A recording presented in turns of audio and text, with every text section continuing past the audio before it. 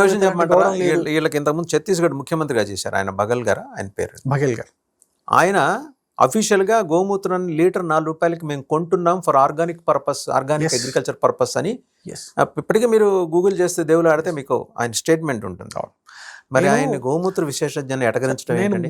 మీరు ఆవిడ మాట్లాడుతుంటే వెనకాల నుంచి నవ్వుతున్నారు. కాంగ్రెస్ వాళ్ళు అవుతున్నారు, హేళనగా నవ్వుతున్నారు. ఇది ఎంతవరకు కరెక్ట్ అనేది దేశ యువత ఆలోచించాలి. అటువంటి వాళ్ళకి బుద్ధి చెప్పాలి. ఈ దేశ యువత ఎటుపోతుంది అనేది మనకు కొంచెం ఇప్పుడు కొంచెం బాధగా భయంగా ఉన్నది.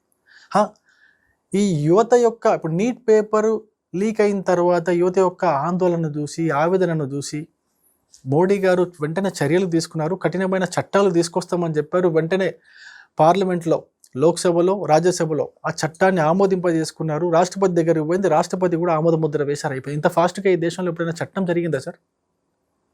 ఈ 60-70 సంవత్సరాల స్వతంత్ర భారతంలో ఇంత ఫాస్ట్గా ఏదైనా చట్టం వచ్చిందా? ఒక్కసారి గుర్తు చేసుకోండి.